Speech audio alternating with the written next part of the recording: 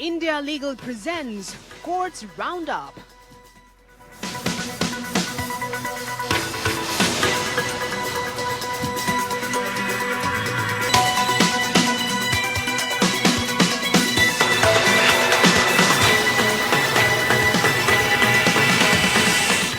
नमस्कार, courts roundup में आप सभी का बहुत स्वागत है। मैं हूं आपके साथ वक्ता दुबे। इस बुलेटिन में अगले आधे घंटे हम आपको कोर्ट से जुड़ी तमाम छोटी बड़ी खबरों से रूबरू करवाएंगे। कोर्ट की कार्यवाही और सुप्रीम कोर्ट से लेकर हाई कोर्ट और लोअर कोर्ट तक के फैसलों को आपके सामने रखेंगे। तो चलिए शुरू करते हैं कोर्ट्स राउंडअप।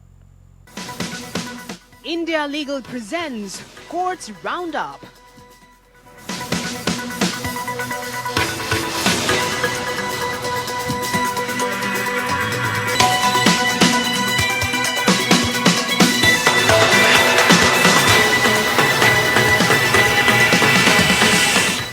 दिल्ली की नई शराब नीति घोटाले केस में सीएम केजरीवाल की गिरफ्तारी की चुनौती मामले में ईडी ने आबकारी नीति मामले में आरोप पत्र दाखिल किया। पूरक आरोप पत्र में अरविंद केजरीवाल और आम आदमी पार्टी को आरोपी के तौर पर नामजद किया गया है। ईडी की ये 8वीं चार्जशीट है। अब तक का एक मेन और 7 सप्लीमेंट्री चार्जशीट शामिल हैं। इससे पहले सुनवाई के दौरान एएसजी राजू ने ये कहा कि ईडी आज चार्जशीट फाइल कर रही है। चार्जशीट में आम आदमी पार्टी को आरोपी बनाया जाएगा। हवाले के जरिए धन का लेन देन हुआ।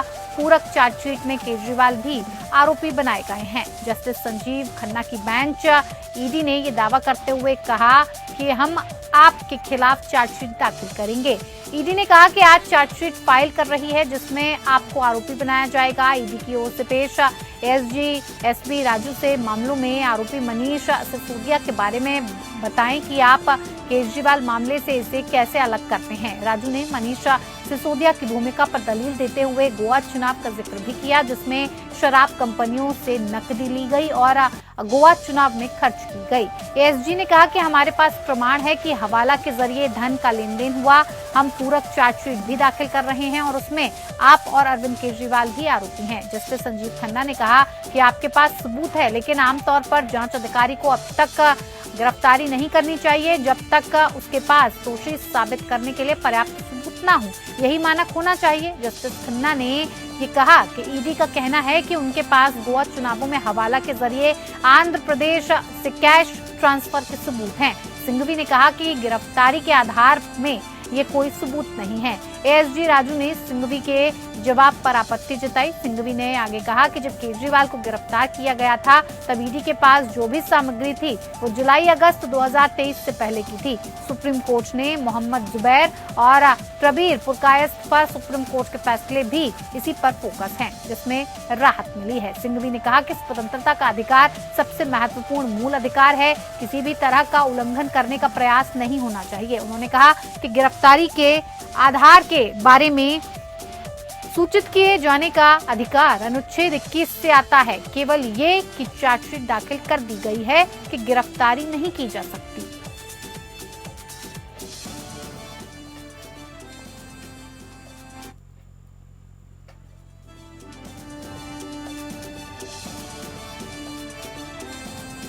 कलकत्ता हाईकोर्ट ने पूर्व जज और बीजेपी के लोकसभा उम्मीदवार अभिजीत गंगोपाध्याय को बीजेपी की रैली में भाग लेने के दौरान पश्चिम बंगाल के तमलुक में हाईकोर्ट के आदेश के अनुसार अपनी नौकरी खोने वाले प्रदर्शनकारी शिक्षकों पर कथित रूप से हमला करने के आरोप में दर्ज एफआईआर में अंतरिम राहत दी गई।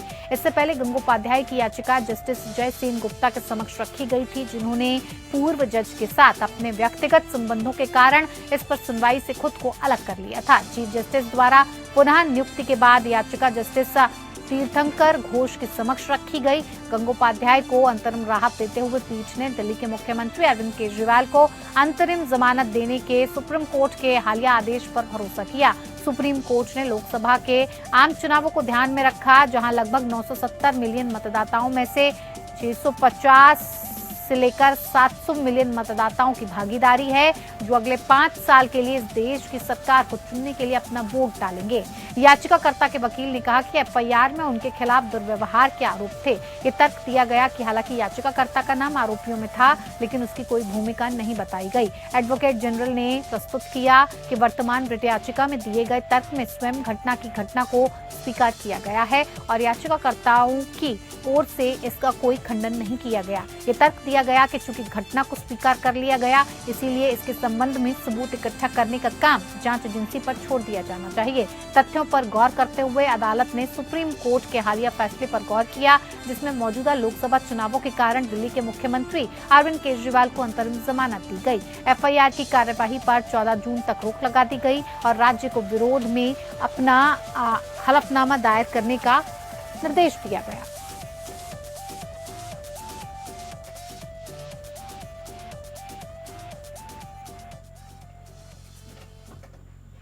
इधर आपको बता दें, मनी लॉन्ड्रिंग मामले में आरोपी झारखंड के पूर्व मुख्यमंत्री हेमंत सोरेन की याचिका पर सुनवाई हुई। सुनवाई के बाद हेमंत सोरेन को सुप्रीम कोर्ट से राहत नहीं मिली। सुप्रीम कोर्ट ने मनी लॉन्ड्रिंग मामले में सोरेन की चुनाव प्रचार के लिए अंतरिम जमानत की याचिका पर विचार करने से इनकार कर दिया। हेमंत सोरेन ने लोकसभा चुनाव 2024 के प्रचार के लिए अंतरिम रिहाई की मांग की थी। जेएमएम नेता सोरेन के वकील कपिल सिब्बल ने सुप्रीम कोर्ट से ये कहा कि वो 2 जून को सरेंडर कर देंगे। इस पर ईडी ने कहा कि सोरेन को 31 जनवरी को गिरफ्तार किया गया था, चुनाव रिहाई का आधार नहीं हो सकता।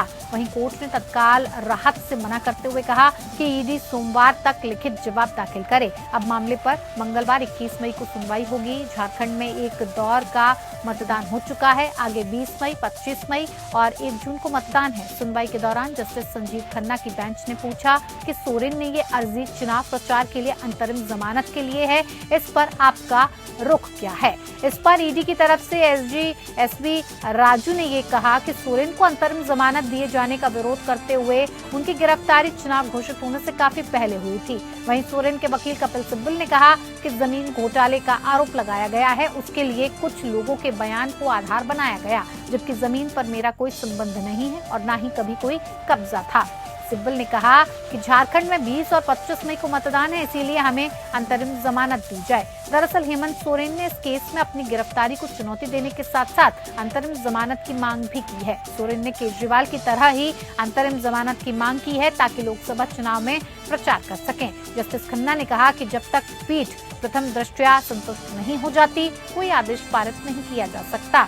सोरेन ने 31 जनवरी को कथित भूमि घोटाले के सिलसिले में ईडी की गिरफ्तारी को चुनौती देने वाली अपनी याचिका को झारखंड हाईकोर्ट से खारिज किए जाने के खिलाफ सुप्रीम कोर्ट का दरवाजा खटखटाया था।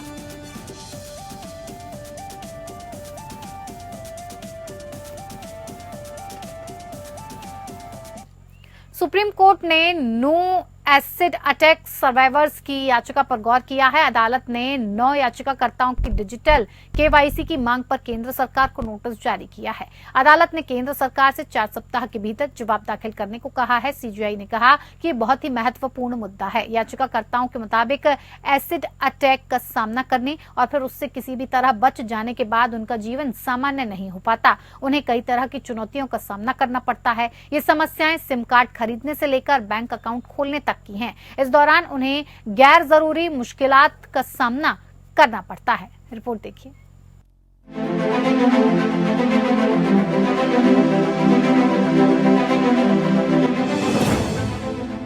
तेजाब के हमले से पीड़ित 9 लोगों को उनके लिए डिजिटल केवाईसी करवाने के लिए विशेष प्रक्रिया अपनाए जाने का निर्देश देने की मांग के मामले में सुनवाई हुई है। सीजीआई की अध्यक्षता वाली बेंच ने एसिड अटैक की शिकार 9 लोगों की ओर से दाखिल याचिका पर सुनवाई के दौरान कहा कि ये अहम मुद्दा है। हम केंद्र सरकार, रिजर्व बैंक, TRAI, वित्त मंत्रालय को नोटिस जारी किया। सुप्रीम कोर्ट अब जुलाई में मामले पर अगली सुनवाई करेगा। याचिका में एसिड अटैक पीड़ित 9 लोगों की मांग की है कि कोर्ट केंद्र सरकार को निर्देश दे कि एसिड अटैक पीड़ितों या स्थायी तौर पर आंखों में नुकसान झेलने वाले लोगों के लिए वैकल्पिक डिजिटल केवाईसी के लिए दिशा निर्देश तय करें। सुप्रीम कोर्ट में दाखिल याचिका में कहा गया है कि एसिड अटैक पीड़ितों की बायोमेट्रिक की समस्या को देखते हुए उनके डिजिटल केवाईसी को उनके लिए समावेशक और उनके लिए वैकल्पिक प्रक्रिया अपनाए जाने के लिए बैंक और अन्य सभी संबंधित निकायों और प्राधिकरणों के लिए कोर्ट दिशा निर्देश जारी करे। याचिका में कहा गया है कि आरबीआई, सेबी, TRAI को बैंकों, वित्तीय संस्थानों, सेवा प्रदाताओं और मध्यस्थों सहित उनके द्वारा विनियमित की जाने वाली सभी सार्वजनिक और निजी संगठनों और संस्थानों को निर्देश जारी करने के निर्देश सुप्रीम कोर्ट थे, जिनमें एसिड के लिए ऑफलाइन या ऑनलाइन केवाईसी प्रक्रियाओं को पूरा किया जा सके। याचिका में कहा गया है कि डिजिटल और केवाईसी का संचालन करने वाले सभी सार्वजनिक और निजी प्रतिष्ठानों को संवेदनशील बनाने के निर्देश, ताकि स्थायी रूप से आंखों की विकृति वाले एसिड अटैक पीड़ित बैंकिंग, दूरसंचार और अन्य वित्तीय सेवाओं का लाभ उठाने में मदद मिल सके। याचिका के मुताबिक बायोमेट्रिक के लिए हाथों को अंगुलियों, आंखों की पुतलियों और अन्य बायोमेट्रिक पहचान का स्थायी नुकसान होने की स्थिति का हवाला देते हुए एसिड अटैक पीड़ितों का कहना है कि इसकी वजह से बैंक खाता खोलने, आधार कार्ड बनवाने, संपत्ति की रजिस्ट्री कराने या उसमें अपडेट करने, मोबाइल का सिम कार्ड खरीदने जैसी स्थिति में बहुत दिक्कतों का सामना करना पड़ता है। उनका कहना है कि एसिड अटैक की वजह से बायोमेट्रिक निशान देने के जो अंग हैं वो क्षतिग्रस्त हो जाते हैं और जिससे उनका केवाईसी बन नहीं सकता या फिर अपडेट नहीं किया जा सकता है, क्योंकि इस प्रक्रिया में पुतलियों की डिजिटल डिटेलिंग और जीवित होने का प्रमाण देने के लिए पल के झपकाना, उंगलियों के निशान आदि लेना कई बार नामुमकिन हो जाता है। ऐसे में उन्हें काफी समस्याओं का सामना करना पड़ता है। Bureau report, APN। इस बात पर जोर देते हुए कि व्यक्तिगत स्वतंत्रता से संबंधित मामलों में देरी का हर दिन मायने रखता है, सुप्रीम कोर्ट ने दिल्ली हाई कोर्ट द्वारा याचिकाकर्ता की जमानत याचिका को लगभग 11 महीने तक लंबित रखने पर निराशा व्यक्त की। जस्टिस BR गवई और जस्टिस संदीप मेहता की खंडपीठ दिल्ली शराब नीति मामले के आरोपी अमनदीप सिंह ढल द्वारा दायर याचिका पर सुनवाई कर रही थी, जो कई मौकों पर पोस्टिंग के बाद हाईकोर्ट द्वारा उनकी नियमित जमानत याचिका को जुलाई 2024 तक स्थगित करने से व्यथित थी। याचिकाकर्ता की ओर से पेश सीनियर वकील कपिल सिब्बल ने कहा कि 40 पोस्टिंग के बाद मामला स्थगित कर दिया गया था। उन्होंने कहा, मुझे कुछ नहीं चाहिए। न्यायाधीश ने इस मामले को जुलाई में स्थगित कर दिया, बस उन्हें मई में मामले का फैसला करने को कहें। ऐसा नहीं हो सकता कि 40 सुनवाई के बाद आप नियमित जमानत पर फैसला न करें। खंडपीठ ने हाईकोर्ट से गर्मी की छुट्टियों के बंद होने से पहले मई में ही जमानत याचिका पर फैसला करने का अनुरोध करते हुए मामले का निपटारा किया। नागरिकों की स्वतंत्रता से संबंधित मामले में हर दिन मायने रखता है। मामले को लगभग 11 महीने तक नियमित जमानत के लिए लंबित रखना याचिकाकर्ता को उसकी स्वतंत्रता के मूल्यवान अधिकार से वंचित करता है। हम HC से अनुरोध करते हैं कि छुट्टी से पहले जमानत आवेदन को डिकोड किया जाए।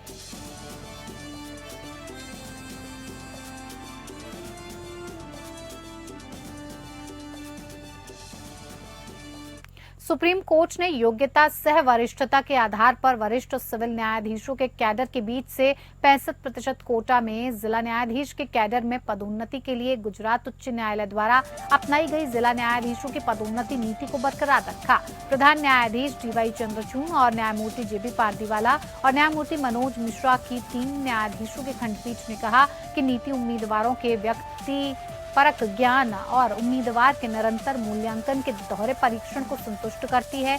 न्यायालय ने गुजरात उच्च न्यायालय के फैसले और उसके बाद 68 न्यायिक अधिकारों को जिला न्यायाधीशों के पद पर पदोन्नत करने की राज्य सरकार की अधिसूचना पर लगाई गई रोक भी हटा दी। ये फैसला जिला न्यायाधीश पद के इच्छुक उम्मीदवारों द्वारा दायर याचिका पर आया, जिन्होंने 65% पदोन्नति कोटा के माध्यम से जिला न्यायाधीश के पद पर पदोन्नति की मांग करते हुए अदालत का रुख किया था। उन्होंने गुजरात सरकार और गुजरात उच्च न्यायालय के नियुक्तियों के कदम को चुनौती देते हुए दावा किया कि पदोन्नति वरिष्ठता सह योग्यता के आधार पर की जा रही है, न कि योग्यता सह वरिष्ठता के आधार पर। ये तर्क दिया गया कि योग्यता सह वरिष्ठता के मौजूदा सिद्धांत पर भी ऐसा ही होना चाहिए था, जिसके अनुसार योग्यता को वरिष्ठता पर प्राथमिकता दी जाती है। इस बात पर भी प्रकाश डाला गया कि अखिल भारतीय न्यायाधीश संघ और अन्य के मामले में सर्वोच्च न्यायालय बनाम भारत संघ और अन्य निर्देश दिया था कि उच्च न्यायिक सेवाओं यानी जिला न्यायाधीशों के कैडर में भर्ती योग्यता सह वरिष्ठता के सिद्धांत और उपयुक्तता परीक्षा उत्तीर्ण करने के आधार पर होनी चाहिए, न कि वरिष्ठता सह योग्यता के आधार पर। शीर्ष अदालत ने आज उच्च न्यायालय द्वारा अपनाई गई नीति को बरकरार रखा। न्यायालय ने ऐसे सुझाव भी तैयार किए जिन्हें 65% श्रेणी में पदोन्नति पर विचार करते समय देश भर के उच्च न्यायालयों द्वारा अपनाया जा सकता है।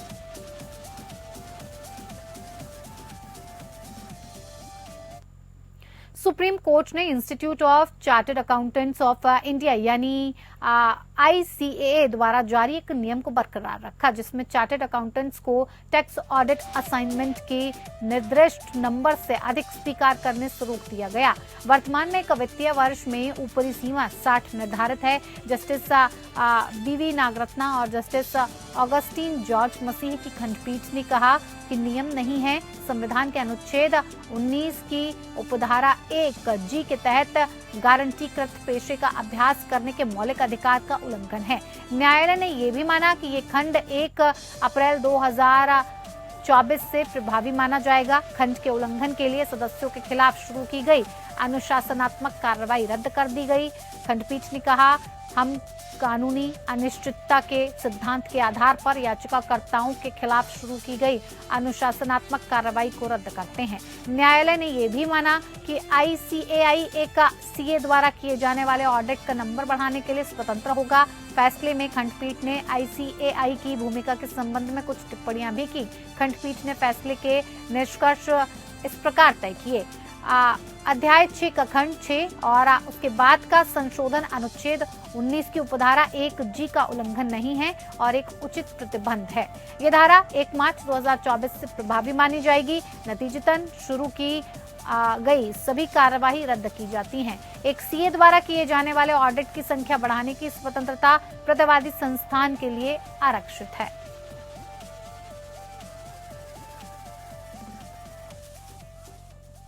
सुप्रीम कोर्ट ने आपत्तिजनक ट्वीट पोस्ट करने और आदर्श आचार संहिता का उल्लंघन करने के आरोप में भारतीय जनता पार्टी के सांसद तेजस्वी सूर्या के खिलाफ जांच पर रोक लगाने वाले कर्नाटक का हाईकोर्ट के आदेश को चुनौती देने वाली याचिका पर विचार करने से इनकार कर दिया है। जस्टिस संजीव खन्ना और जस्टिस दीपंकर दत्ता की खंडपीठ द्वारा मामले पर विचार करने में अनिच्छा व्यक्त करने के बाद याचिकाकर्ता ने याचिका वापस लेने का फैसला किया और उसके बाद याचिका वापस ले ली गई और खारिज कर दी गई, जिससे याचिकाकर्ता को आदेश में संशोधन की मांग के लिए उच्च न्यायालय जाने की छूट मिल गई।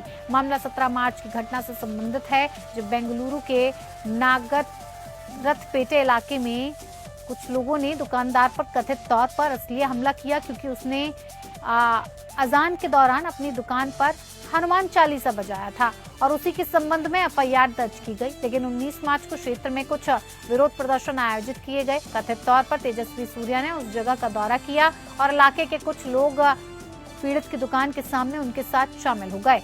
उन्होंने कथित हमले का विरोध किया और कुछ सार्वजनिक अशांति हुई। आरोपों के मुताबिक घटना के बाद तेजस्वी सूर्या ने 18 मार्च को कुछ ट्वीट भी किए थे। इसके बाद कैंपेन अगेंस्ट हेट स्पीच के नाम से कार्यकर्ताओं के समूह ने जिला चुनाव अधिकारी के समक्ष लिखित शिकायत दर्ज कराई और ट्वीट के लिए उनके खिलाफ कार्रवाई की मांग की, ये दावा करते हुए कि वो आदर्श आचार संहिता का उल्लंघन था। याचिकाकर्ता के अनुसार तेजस्वी सूर्या की टिप्पणी घृणास्पद भाषण और मुस्लिम समुदाय के खिलाफ हिंसा का आह्वान है। तेजस्वी सूर्या के अलावा केंद्रीय मंत्री शोभा करंदलाजे और बीजेपी सांसद PC मोहन के खिलाफ भी सांप्रदायिक सद्भाव को बाधित करने और गैरकानूनी सभा में शामिल होने के आरोप में शिकायत दर्ज की गई। कथित आपत्तिजनक ट्वीट पोस्ट करने के लिए तेजस्वी सूर्या के खिलाफ IPC की धारा 153A, 295A और जन प्रतिनिधित्व अधिनियम की धारा 123 की उपधारा 3A के तहत FIR दर्ज की गई। 22 मार्च 2024 को कर्नाटक हाईकोर्ट ने इस FIR में आगे की जांच पर रोक लगा दी और इसके बाद याचिकाकर्ता ने सुप्रीम कोर्ट के समक्ष वर्तमान याचिका दायर की।